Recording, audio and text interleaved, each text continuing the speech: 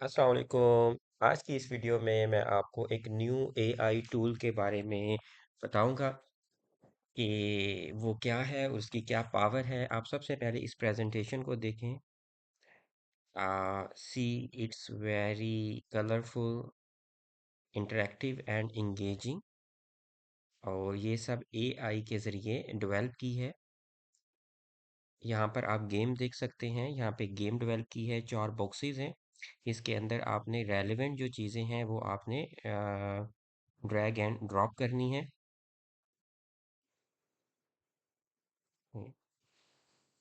ठीक है, ये इसका राइट आंसर है इस तरीके से। और वो कौन सा टूल है जिससे ज़रिए आप ये प्रेजेंटेशन क्रिएट कर सकते हैं कलरफुल एंड ऐसी गेम्स क्रिएट कर सकते हैं, और इस तरह के आप कलरफुल कार्ड्स भी क्रिएट कर सकते हैं। और इस टूल का नाम है गूगल एआई स्टूडियो। ये तो सिर्फ इसका एक फीचर है।